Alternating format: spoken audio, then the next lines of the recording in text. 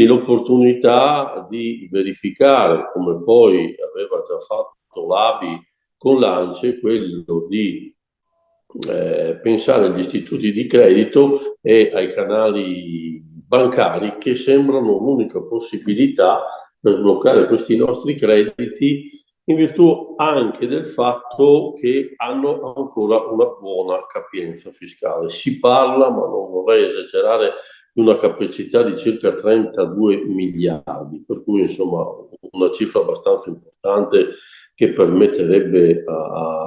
alle nostre aziende di prendere sicuramente una boccata di ossigeno. È ovvio che se questa è la procedura dell'F24, la situazione, diciamo,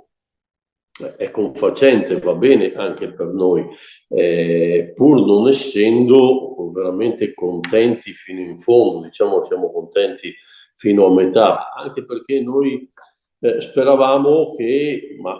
sul tema ci siamo ancora, che potessero anche allungare, aumentare quelli che erano gli anni per poter defiscalizzare e decontribuire i crediti, passare fino a 10 anni. Questo ci dava un'opportunità in più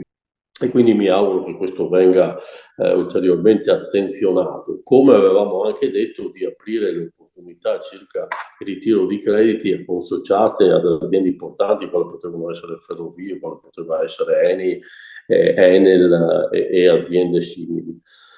Giovedì inizia l'esame alle Camere e quindi spero che la tanta attenzione che noi ci auguriamo ci sia da parte del nostro governo in effetti venga presa in considerazione con la stessa solerzia e lo stesso cipiglio col quale